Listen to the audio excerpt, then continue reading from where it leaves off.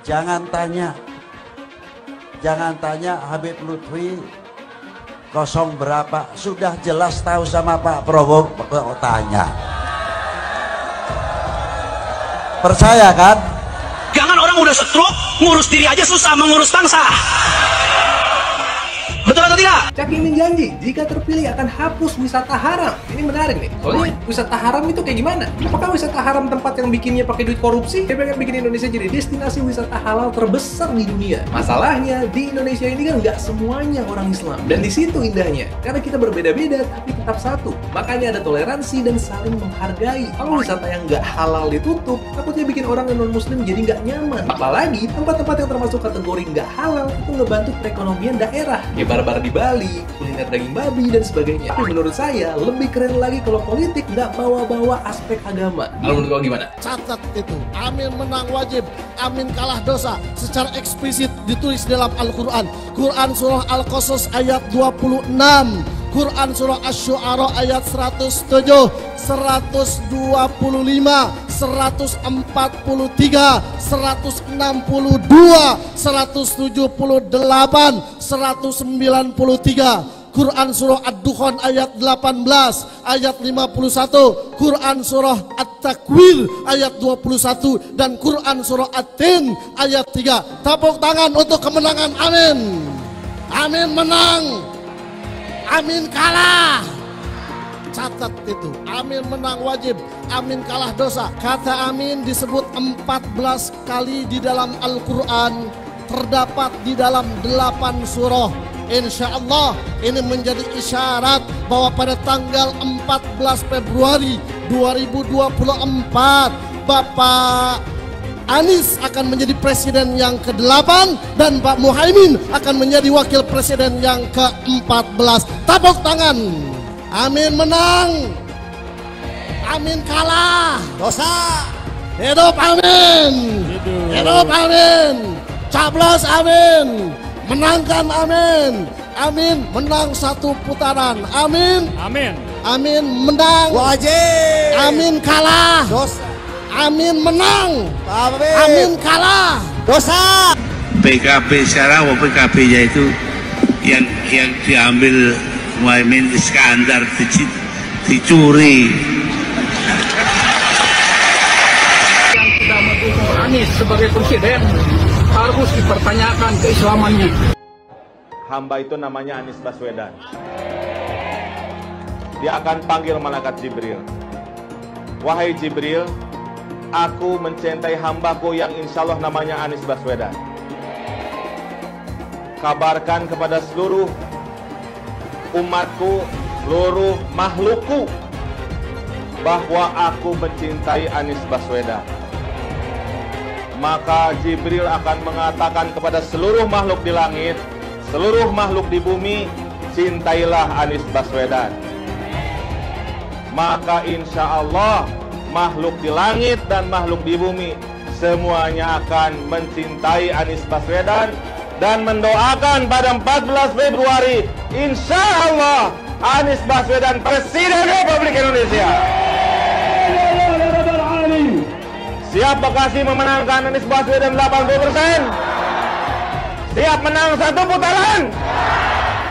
Saya pengen sebenarnya mengundang Muhaimin itu berkunjung kan ke WDB, ke Morowali untuk lihat sendiri, seeing is believing, daripada Anda berbohong kepada publik yang menurut satu karakter yang nggak bagus untuk mencapai sesuatu posisi. Anda membohongi publik dengan memberikan informasi seperti tadi. Jangan kita juga munafik, jangan kita juga membohongi publik kita dengan menyebarkan berita-berita palsu. Apalagi Anda mau calon pemimpin. Karakter itu menurut saya nomor 1, bukan soal pintar. Jadi saya pikir Anda yang akan jadi calon pemimpin Republik ini, kalau berani mencalonkan diri, elok Anda itu memberikan tauladan. Jangan bicara seenaknya aja, memberikan kabar-kabar bohong. Jadi kalau saya bantah gini kan jadi tidak enak bahwa Anda bohong. Sekali lagi, rakyat Indonesia, pilihlah pemimpin yang berkarakter. Saya ulangi, pilihlah pemimpin yang berkarakter, jangan pemimpin yang kelihatan pintar saja, tapi tidak memiliki karakter yang baik. Terima kasih. Sekarang saya mau tanya juga, Gus Muhaimin adalah Ketua Umum Partai Kebangkitan Bangsa PKB, adalah bagian dari pemerintahan saat ini. Apakah etis Gus Muhaimin mengkritik pemerintahan saat ini, masih menjadi bagian dari pemerintahan saat ini, tetapi masih menjadi bagian dan mengkritik menjadi cawapres. Saya mau tanya lagi, Pak Tom Lembong. Pak Tom Lembong ketika itu adalah menterinya Pak Jokowi. Sekarang menyerang Pak Jokowi, mengatakan bicara soal contekan segala macam. Apakah itu etis? Pak Anies dalam debat pertama dan debat ketiga. Pak Anies ketika diberhentikan oleh Presiden Jokowi sebagai menteri, yang menolong, yang mensupport, yang menjadikan Pak Anies Gubernur DKI Jakarta namanya Bapak Prabowo Subianto, Ketua Umum Partai Gerindra. Pak Anies menyerang, membabi buta Pak Prabowo dalam debat pertama dan debat ketiga. Orang yang menolong beliau, apakah itu etis? Saya sekarang tanyakan kembali, silahkan publik menilai. Kalau kita mau bicara santun-santunan. Pas di debat juga saya mati-matian buat ngambil perhatian masyarakat. Ya tetap aja, tapi datamu itu ngawur. Bilang angin nggak punya KTP segala. Saya yang malu. Haduh, Nies. Itu saya berusaha kalem aja Pak buat ngeles. Kesalahan masa lalu kamu itu kebanyakan sih. Saya juga merasa dibohongin nih sama si Mimin. Di awal, dia janjiin banyak banget hal. Sampai maunya jadi ketua. Tapi malah zong. Pak, kesalahan itu saya sudah tutup-tutupin. Kalau soal Cak Mimin, saya juga sebenarnya capek Pak. Coba minta mulutnya diem aja. Percuma saya angkat wakil kalau nggak ada gunanya. Makin kelihatan kan kerenan Ngap Gibran?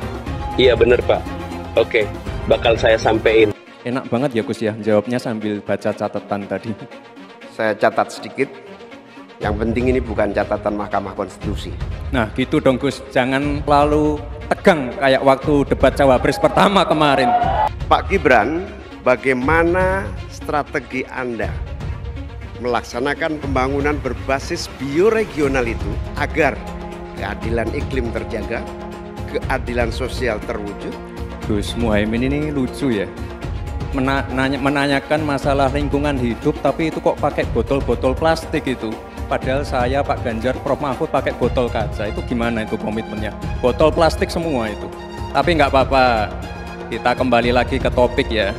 Intinya di sini kita sudah berkomitmen untuk yang namanya pembangunan tidak boleh lagi Jawa sentris, harus mulai Indonesia sentris.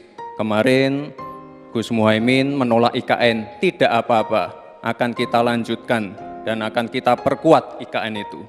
Sekali lagi, yang namanya pembangunan yang masif harus memperhatikan aspek lingkungan, sosial, dan keberlanjutannya. Pertanyaan saya tidak terjawab sama sekali. Nah, katanya tidak menjawab pertanyaan, tapi Gus Muhaimin malah ngomongin pemerataan pembangunan. Itu kan tadi yang saya omongin, Gus. Pemerataan pembangunan yang tidak lagi Jawa sentris, harus Indonesia sentris. Pembangunan IKN sebagai simbol transformasi pembangunan Indonesia, Papua, dan lain-lain. Itu kan tadi udah saya jawab. Mungkin Gus Muhaimin juga tidak paham dengan pertanyaan yang diberikan ke saya. Mungkin itu kan dapat contekan itu dari Pak Tom Lembong mungkin ya. 16 juta rumah tangga petani hanya memiliki tanah setengah hektar. Sementara ada seseorang yang memiliki tanah 500.000 hektar sebagai kekuasaan yang diberikan negara kepadanya. Di sisi yang lain, kita sangat prihatin. Upaya pengadaan pangan nasional dilakukan melalui food estate. Food estate terbukti mengabaikan petani kita, meninggalkan masyarakat adat kita, menghasilkan konflik agraria, dan bahkan merusak lingkungan kita. Ini harus dihentikan. Nomor 1 dan nomor 3 ini kan kompak. Food estate gagal. Saya tegaskan sekali lagi Pak. Memang ada yang gagal, tapi ada yang berhasil juga, yang sudah panen. Misalnya di Gunung Mas, Kalteng, itu sudah panen jagung, singkong.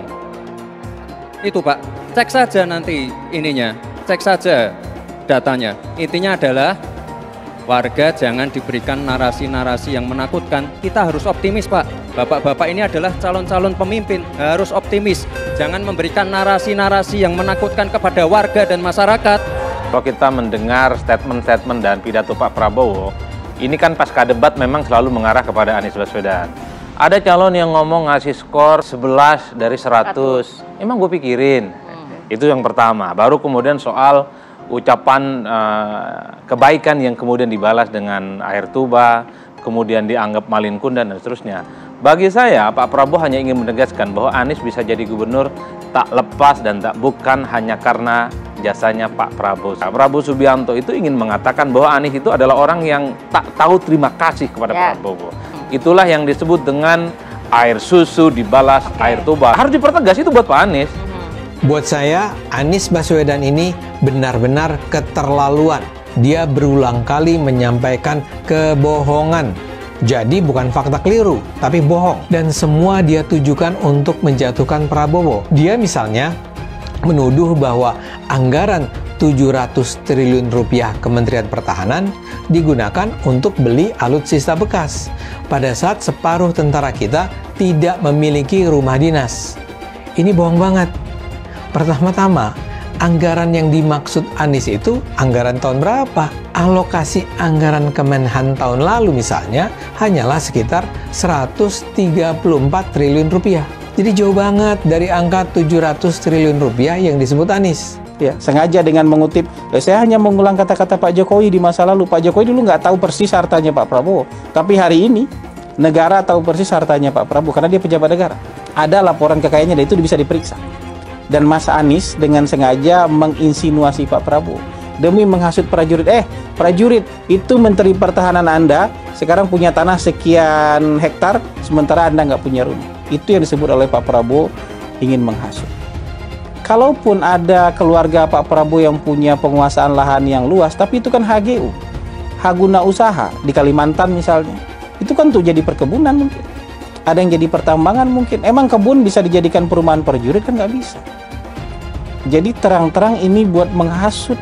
Kita semua menyaksikan Pak Anies dalam 2 debat sangat agresif melakukan serangan ke Pak Prabowo dengan berbagai cara mulai dari kebohongan sampai fitnah. Pokoknya Pak Anies itu totalitas banget untuk menjatuhkan nama Pak Prabowo di depan seluruh masyarakat Indonesia. Dalam debat itu ada banyak kebohongan dan fitnah dari apa yang disampaikan oleh Pak Anies. Kita semua udah tahu itu. Tapi yang buat saya heran adalah mengapa Pak Anies bisa ya terpikir untuk menggunakan cara-cara kotor kayak gitu. Kalau Pak Anies dari awal sudah tahu bahwa Pak Prabowo seburuk yang selalu Pak Anies gambarkan, kenapa juga Pak Anies minta tolong dan dukungan ke orang yang hari ini Pak Anies selalu jatuhkan? Saya jadi berpikir, mungkin buat seorang Anies Baswedan, baik dan buruk itu hanya soal kepentingan aja. Kalau Pak Prabowo Menteri Pertahanan rate-nya 11 dari 100, itu kalau berarti kan antara dari 1,1/10 ya, kecil sekali loh itu Pak. Kira-kira nih berapa rate seorang menteri yang dipecat? Yang disampaikan oleh Mas Anies itu kebohongan, itu fitnah, sumbernya tidak jelas, bohong dan sebagainya. Saya lanjut ke Pak Anies dan ini paling banyak bohongnya, ya, paling banyak bohongnya. Ini bengis sekali ini pernyataan, bengis dan jahat. Hanya untuk tujuan menjatuhkan Pak Prabowo, kemudian menggunakan data palsu dan bohong. Dan publik itu sudah mendengarkan pernyataan bohong itu.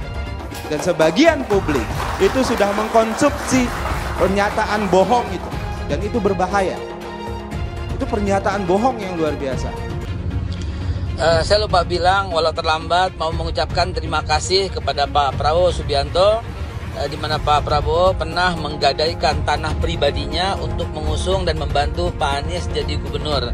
Sekali lagi terima kasih Pak Prabowo ya, karena bantuan Bapak dan sumbangsi serta secara pribadi Bapak menggadaikan tanah ya untuk membantu Pak Anies jadi gubernur. Jadi sekali lagi terima kasih. Walau terlambat, nggak apa-apa, ucapkan terima kasih. Bisa dicek Pak Jokowi sendiri. Saya sudah menyampaikan Bapak Presiden, saya sebelum jadi menteri, saya berusaha, saya menguasai lahan hak guna usaha. Ya. Hak guna usaha. Kemarin juga salah-salah melulu itu. Bukan 343.000 hektar, bukan. Mendekati 500.000 hektar.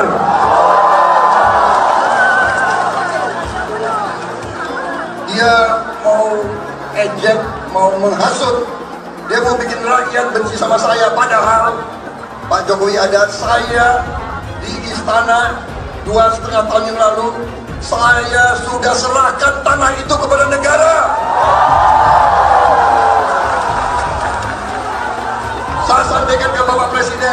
Bapak Presiden, kalau lahan ini dibutuhkan untuk lumbung pangan bangsa Indonesia, pakai lahan HGU saya, gunakan, saya siap. Bapak Presiden menyampaikan, Bapak punya lahan lebih dari 340.000 hektar, sementara TNI prajurit kita selebih dari separuh tidak punya rumah dinas. Itu fakta, tidak perlu dibicarakan secara tertutup. Itu kekurangan yang harus kita perbaiki. Dan ketika tadi Bapak mengatakan Bapak akan meningkatkan kesejahteraan, Pak, Bapak ini sudah Menhan selama 4 tahun, hampir 5 tahun, bukan calon Menhan. Jadi harusnya menunjukkan inilah yang sudah saya kerjakan, bukan mengatakan apa yang akan dilakukan. Nah, saya menyampaikan bila saya ditugasi maka kenaikan gaji dilakukan tiap tahun. Maka perumahan prajurit TNI dipastikan dibangun sehingga mereka tidak perlu ngekos, tidak perlu mereka sewa, dan mereka bisa tenang. Mereka diminta mempertahankan setiap jengkal, tapi kita tidak memberikan tempat tinggal bagi mereka berdinas. Itu tidak benar, itu harus dikoreksi. Mungkin ada yang asal bicara tanpa data, ya kan? Mungkin didorong oleh ambisi yang menggebu-gebu sehingga tidak objektif.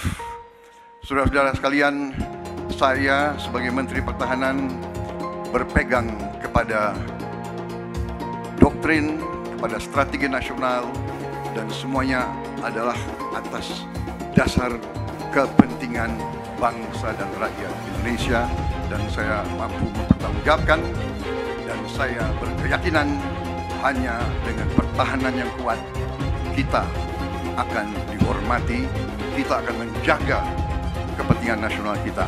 Tanpa kekuatan militer, sejarah peradaban manusia mengajarkan bahwa bangsa itu akan dilindas seperti di Gaza sekarang ini.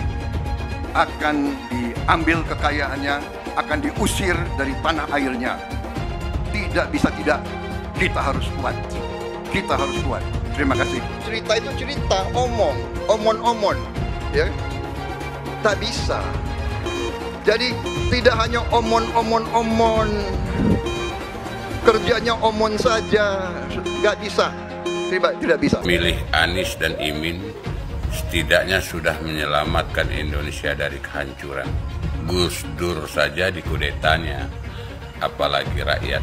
Yang satu memang jago kata-kata, jago beretorika, nggak kelawan kalau soal kata-kata. Di sisi lain, kita sama-sama melihat yang sudah ditulis pakai tangan dia sendiri, pakai hati dia sendiri, lagi dia ingkari, apalagi hanya mengandalkan kata-kata dan janji. Pun demikian dengan janji Cak Ponimin. Gus Muhaimin memberikan program siapapun yang hamil yang ada di muka bumi Indonesia ini akan diberikan tunjangan selama hamil.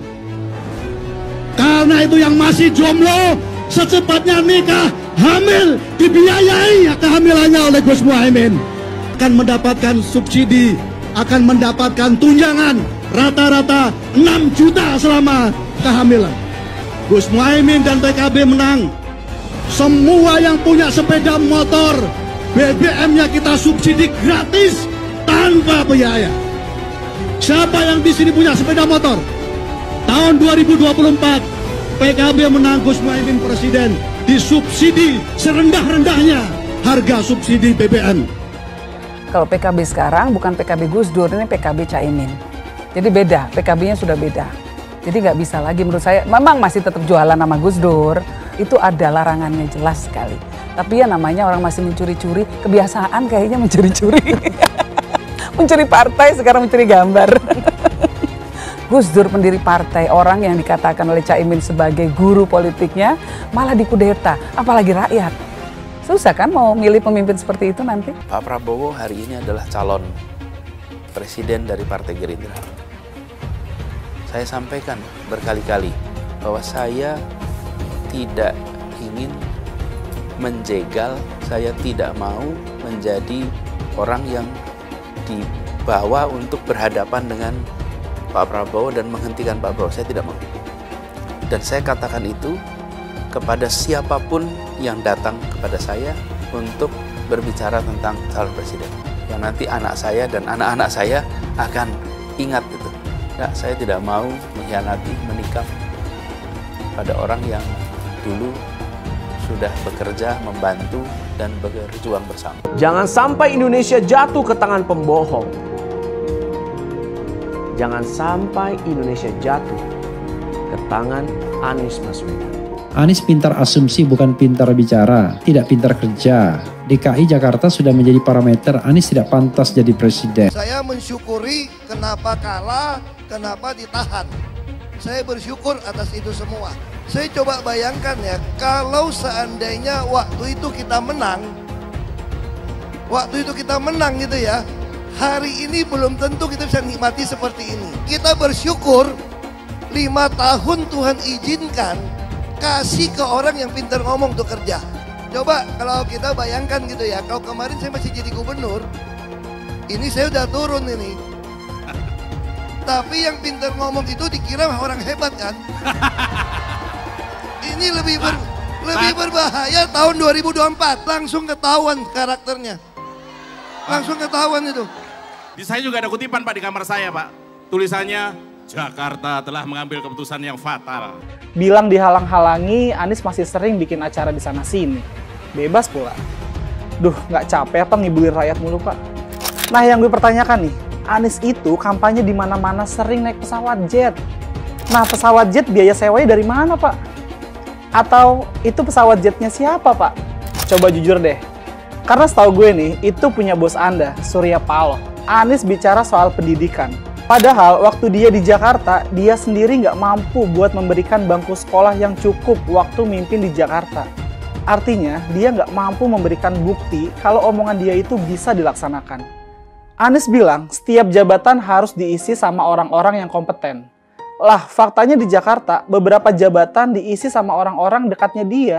Nggak kompeten pula. Terus TGUPP, itu yang jumlahnya seabrek-abrek, fungsinya buat apa, Pak? Kok Jakarta makin berantakan sih? Sekali lagi, Anies nggak bisa membuktikan omongannya. Anies bilang dia akan membuka lapangan kerja. Yang dulu janjinya 200.000 lapangan kerja, ternyata cuma ngomong kosong, alias cuma janji palsu. Soal pembangunan yang berkelanjutan. Dia bilang di Jakarta dia udah meneruskan yang udah baik. Lu jangan percaya ya, itu ngibul. Faktanya nggak seperti itu loh. Belum lagi nih, program penanggulangan banjir. Jadi di daerah Jakarta itu ada daerah yang sebelumnya udah bebas banjir. Pas Anies mimpin, kok bisa-bisanya daerah itu banjir lagi? Gimana nggak banjir kalau kalinya udah nggak pernah dikeruk sama dibersihin, Pak? Kalau soal Jakarta, gue bisa bicara banyak deh. Jadi gue saksi bobroknya kepemimpinan Anies di Jakarta. Dan gue bisa pastiin, omongan manisnya Anies soal apa yang dia lakukan waktu mimpin Jakarta itu banyak ngibulnya. DKI yang kita harapkan, Anies Baswedan yang begitu jelas Islamnya. 4 tahun 8 bulan jadi gubernur. Mana peraturan pergub saja yang melarang miras? Mana perda Islam apalagi? Yang akhirnya tidak berani juga menegakkan hukum Islam. Banjir tetap banjir, macet tetap macet, kriminalitas Jakarta. Anda tahu, 2 menit sekali terjadi pencurian. Sekarang orang sedang euforia, dia mau dicapreskan. Bagaimana umat terjebak lagi, bodoh lagi, masuk lagi. Kalau misalnya memang Anies itu mau maju dan dia tekad mau menegakkan hukum Islam dan menyatakan perlawanan, saya penuh. Tapi dia tidak lakukan itu. Bapak politik identitas Indonesia Anies Baswedan, Bapak intoleransi Indonesia Anies Baswedan. Jangan lupakan, jangan terlena, jangan sampai dia pecahkan kita dengan dagangan ayat dan mayatnya. Air itu turun dari langit, turunnya ke atap rumah langsung sumur bor, bukan ke sungai dan ke laut. Jangan hanya konsentrasi pada pembangunan benda-benda mati yang indah difoto dan bisa ditunjukkan dalam 5 tahun hasilnya. Kalau kita mau menilai sebuah janji, maka lihat janjinya atau lihat kenyataannya. Dulu janjinya apa ya? Dan ini aneh, betul-betul aneh. Ini bukan kampanye, tapi saya sampaikan sini. Di satu sisi menyiapkan jalur-jalur air untuk dikirim ke laut, di sisi lain di lautnya dipasang dengan pulau reklamasi, tinggal tunggu waktu jadi rob, air malih. Dan ini melawan sunatullah. Kenapa? Air itu turun dari langit ke bumi, bukan ke laut. Harusnya dimasukkan ke dalam bumi, masukkan tanah. Di seluruh dunia air jatuh itu dimasukkan ke tanah. Bukan dialirkan pakai gorong-gorong raksasa ke laut. Jakarta telah mengambil keputusan yang fatal. Bukan banjir, itu memang parkir air. Bukan banjir, itu memang parkir air. Masyarakat berkeliling dengan membawa toa untuk memberitahu semuanya, termasuk sirine. Ibon 82 miliar. Apa alat transportasi yang dimiliki oleh hampir setiap orang? Alat transportasi yang dimiliki semua orang adalah kaki.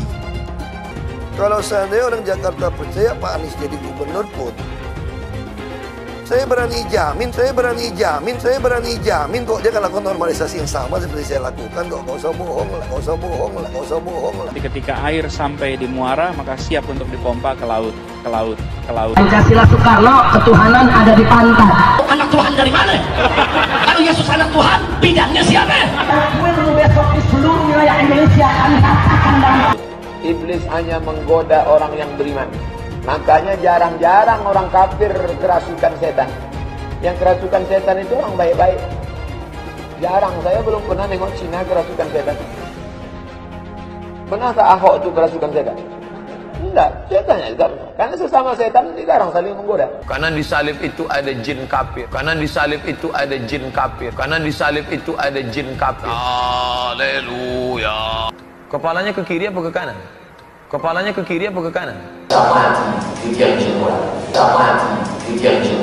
Kita percaya salib itu lambang mulia, bukan jin. Kok ketawa? Aku nggak nyindir siapa-siapa loh. Saya nggak pernah mundur untuk kebenaran, keadilan, kejujuran, dan peri kemanusiaan. Gue nggak pernah mundur. Dan gue nggak pernah takut juga sama lu. Siapapun yang rasis, gue akan hadapin. Karena rasis itu tidak berperi kemanusiaan. Sama saya ditanya dulu kan, kamu nyesel nggak statement kamu di Pulau Seribu sehingga masih masuk penjara? Tidak pernah nyesel.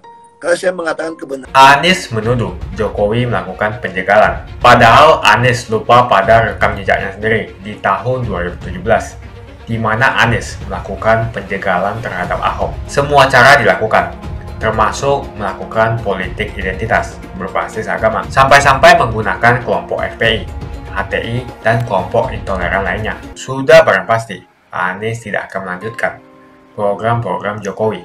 Legasi-legasi dari Pak Jokowi akan dihancurkan oleh Anies. Programnya akan diacak-acak oleh Anies Baswedan. Lihat Jakarta, hancur semua. Semisalnya Anies menang, maka Ibu Kota Baru atau IKN nggak akan jalan. Pembangunan akan di-stop. Kita bisa melihat rekam jejak Anies saat menjabat di Jakarta selama 5 tahun. Tidak ada satupun janji yang dipenuhi dan tidak ada kinerja yang bisa dibanggakan. Dari DP 0%, GOC, kelebihan bayar, Formula E, banjir, sumur resapan, jalan rusak, dan gonta-ganti nama jalan. Jika Anies menang, maka FPI dan HTI, Ormas Khilafah, akan kembali. Apa kita mau Pancasila diganti oleh Khilafah? Bagian Indonesia Timur yang mayoritas non-muslim pasti tidak akan setuju dengan Khilafah. Mungkin Indonesia akan bubar jika Anies memimpin. Perkataan Ahok sudah terbukti dan Jakarta sudah menjadi korban. Jangan biarkan Indonesia menjadi korban kibulan Anies Baswedan. Pak Jokowi yang saya hormati, kami dulu betul-betul mati-matian mendukung Bapak. Demikian juga dengan Ganjar Mahfud, demikian juga dengan Anies dan Muhaimin. Semua adalah mantan orang-orang Bapak, pendukung Bapak, yang mendorong Bapak untuk menjadi presiden selama 2 periode. Presiden boleh memihak, menteri boleh memihak. Sejak awal, Pak Jokowi sudah menciderai demokrasi, sudah melukai konstitusi, dan juga membuntungi cita-cita reformasi. Lalu, kesalahan apa lagi yang akan mau dilakukan oleh Pak Jokowi untuk kemudian demi kepentingan dia, keluarga, anaknya, dan seluruh kerabatnya untuk kemudian digelontorkan semua di dalam pemilu ini? Bayangkan kalau misalnya seorang wasit memimpin sebuah pertandingan dan dia kemudian berpihak ke salah satu klub sepak bola. Maka salah satu klub kemudian dirugikan. Inilah analogi sederhana yang sebenarnya tidak boleh terjadi di dalam ruang-ruang demokrasi kita. Seorang presiden bagaimanapun tidak boleh berpihak. Seorang Joko Widodo boleh berpihak. Seorang menteri tidak boleh berpihak. Seorang kementerian, pejabat kementerian, Prabowo misalnya, boleh berpihak. Mahfud MD boleh berpihak, tapi bukan sebagai menteri pertahanan atau sebagai menteri koordinator politik, hukum, dan keamanan. Ini bedanya. Sementara Mas Ganjar dan Pak Mahfud, Anies dan Muhaimin adalah pendukung Bapak sejak 2014.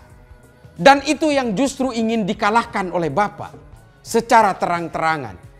Pak Jokowi yang saya hormati, mohon selamatkan bangsa ini dari kepentingan-kepentingan pribadi dan juga kepentingan-kepentingan oligarki. Hari ini secara terbuka Pak Jokowi justru mendukung Prabowo. Satu hal Pak yang harus saya ingatkan kepada Bapak. Menurut saya, kalau Bapak justru memenangkan Prabowo, apakah yakin Prabowo bisa dikendalikan oleh Bapak? Sementara Prabowo adalah orang yang dipermalukan oleh Bapak selama 2 periode itu. Selama 2 pilpres itu. Selama 2 kali pemilu itu. Ini bukan soal kekuasaan. Ini adalah tentang amanat rakyat kepada Bapak untuk tetap menjaga marwah demokrasi Republik Indonesia ini. Bahkan ketika Pak Mahfud menjadi ketua tim sesnya Prabowo di 2014, setelah Prabowo ternyata tidak bisa menjadi presiden, Pak Mahfud kemudian menyatakan untuk mendukung sepenuhnya Pak Jokowi sebagai presiden terpilih ketika itu. Hari ini Bapak telah melakukan upaya pembuntungan berbagai tatanan politik di negara kita. Semua penjilat itu hari ini memang menjilat Bapak. Tapi percayalah Pak, ketika Bapak sudah lengser dari kursi presiden, mereka akan melupakan itu semua. Mereka tidak akan lagi memuji-muji Bapak. Mereka tidak akan lagi menyanjung-nyanjung Bapak. Bapak Jokowi yang saya hormati, mohon sekali lagi Bapak jangan terlalu frontal, jangan terlalu buka untuk memberikan edukasi kepada masyarakat bahwa ini adalah demokrasi yang salah. Jangan berikan edukasi yang salah kepada rakyat Indonesia. Suatu saat ini akan menjadi presiden bagi presiden-presiden selanjutnya karena Bapak menjadi patokan dari seorang presiden yang menjadi produk dari cita-cita reformasi. Pak Jokowi yang saya hormati, mari Pak, jadilah negarawan. Semuanya belum terlambat. Pak Jokowi sudah berubah total. Pak Jokowi menjadi tokoh yang sangat antagonis dalam semua lakon politik di negara ini. Pak Jokowi ternyata bukan Pak Jokowi yang dulu. Bapak betul-betul adalah orang yang memeluk kekuasaan, mengawetkan kekuasaan, dan tidak mau kehilangan kekuasaan. Karena apa? Karena Pak Jokowi gagal mengalahkan dirinya sendiri. Bapak kemudian tetap berada dalam kegelisahan ketika orang-orang yang hari ini menjilat Bapak meninggalkan Bapak satu persatu untuk beralih kepada presiden yang berikutnya. Ini adalah pertaruhan besar. Hari ini pernyataan Bapak menunjukkan bahwa Pak Jokowi bukan lagi seorang negarawan. Sekali lagi dengan segala hormat, selamatkan harga diri Bapak. Karena kalau tidak, Bapak akan menjadi sangat sakit nantinya ketika Bapak sudah tidak lagi menjadi presiden. Dan ketika itu kami semua orang-orang hari ini yang masih merasakan pembangunan ketika Bapak memerintah, hari ini semua tidak bisa berbuat apa-apa lagi karena Bapak telah menjadi wasit sebuah pertandingan yang sangat tidak adil. Saya mau nanya, coba sebutkan, apa sih yang membuat kalian senang terhadap Anies? Apa sih kelebihannya? Apa sih yang sudah dilakukan sesuai dengan janjinya? Saya yakin kalian tidak bisa menjawab ini. Tolong tuliskan satu saja kelebihan Anies Baswedan di kolom komentar. Jokowi takut legasinya dirusak Anies Baswedan. Lihat Jakarta, hancur semua. Publik menyoroti sejumlah gerakan yang dilakukan oleh Joko Widodo alias Jokowi di Indonesia. Hal tersebut merupakan respon yang cukup wajar. Hal tersebut karena adanya ketakutan dalam Jokowi. Presiden menurutnya di tengah kelimpungan dengan adanya kemungkinan bahwa kemenangan yang diraih oleh Anies Baswedan. Hal tersebut dapat berujung pada hancurnya sejumlah program dari Jokowi. Hal tersebut jelas terjadi karena penerus kekuasaan kepala negara bukan dari kelompok Pak Jokowi. Lihat saja misalnya di Jakarta. Anies menghancurkan semuanya. Legasi-legasi dari Pak Jokowi akan dihancurkan oleh Anies. Programnya akan diacak-acak oleh Anies Baswedan. Wajar-wajar saja jika Jokowi dalam pusaran ketakutan ketika masa kekuasaan berakhir di tahun 2024. Sudah barang pasti, Anies tidak akan melanjutkan program-program Jokowi. Semisalnya Anies menang, maka Ibu Kota Baru atau IKN nggak akan jalan. Pembangunan akan di-stop. Legasi-legasi Jokowi akan hancur. Anies menuduh Jokowi melakukan penjagalan. Padahal Anies lupa pada rekam jejaknya sendiri di tahun 2017, di mana Anies melakukan penjagalan terhadap Ahok. Semua cara dilakukan, termasuk melakukan politik identitas berbasis agama, sampai-sampai menggunakan kelompok FPI, HTI, dan kelompok intoleran lainnya.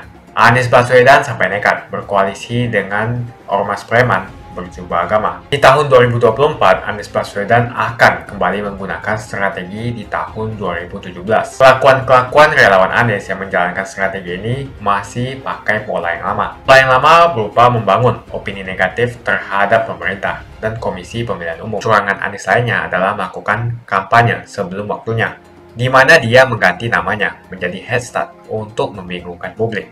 Atau kecurangan Anies Baswedan yang menggunakan jet pribadi saat kampanye di mana-mana. Berapa kecurangan dari biaya kampanye yang menggunakan jet pribadi? Apakah ini datang dari korupsi BTS yang dilakukan oleh Menkominfo dari Partai Nasdem? Tak main-main kecurangan maling atau korupsi yang dilakukan oleh Johnny G. Plate adalah sebesar 8 triliun rupiah. Suka tidak suka, senang tidak senang, sadar atau tidak sadar, pola Anies Baswedan ini sudah basi. Nampaknya para relawan Anies sudah tak punya cara atau metode lain dalam berkampanye sehingga memainkan strategi play victim. Memang basi sih strategi ini, tapi sangat terbukti ampuh, apalagi jika ditambahkan dengan jualan isu agama. Tampaknya sih sulit menjual isu agama, karena ketiga bakal calon mempunyai agama yang sama. Ataukah mereka akan bikin heboh lagi dengan menyebarkan hoax bahwa Ganjar akan diisukan sebagai seorang yang beragama kafir? Atau mungkin mereka akan membuat hoax bahwa Ganjar adalah anak PKI, ataukah Ganjar Pranowo adalah keturunan non-muslim? Kita bisa melihat rekam jejak Anies saat menjabat di Jakarta selama 5 tahun. Tidak ada satupun janji yang dipenuhi dan tidak ada kinerja yang bisa dibanggakan. Dari DP 0%, OKOC, kelebihan bayar, Formula E, banjir, sumur resapan, jalan rusak, dan gonta-ganti nama jalan. Diketahui Anies pun masih berhutang 100 miliar kepada Sandiaga Uno, dan sampai saat ini belum dibayarkan. Untuk jadi gubernur saja, Anies sampai berhutang 100 miliar kepada Sandiaga Uno, dan belum dibayarkan. Apalagi jadi presiden, berapa triliun yang akan Anies hutangkan? Dan bagaimana Anies bisa membayar utang triliunan itu? Apakah Indonesia siap untuk dijual? Jika Anies menang, maka FPI dan HTI, Ormas Khilafah, akan kembali. Apa kita mau Pancasila diganti oleh Khilafah? Bagian Indonesia Timur yang mayoritas non-muslim pasti tidak akan setuju dengan Khilafah. Mungkin Indonesia akan bubar jika Anies memimpin. Perkataan Ahok sudah terbukti dan Jakarta sudah menjadi korban. Jangan biarkan Indonesia menjadi korban kibulan Anies Baswedan. Begitu saja opini saya tentang Anies Baswedan. Bagaimana opini kalian? Tuliskan di kolom komentar. Pastikan kalian semua menekan like di video ini. Dan jangan lupa bagikan video ini ke teman dan family Anda supaya mereka semua mengetahui tentang informasi ini. Tekan tombol subscribe dan bunyikan lonceng notifikasi supaya kamu tidak ketinggalan.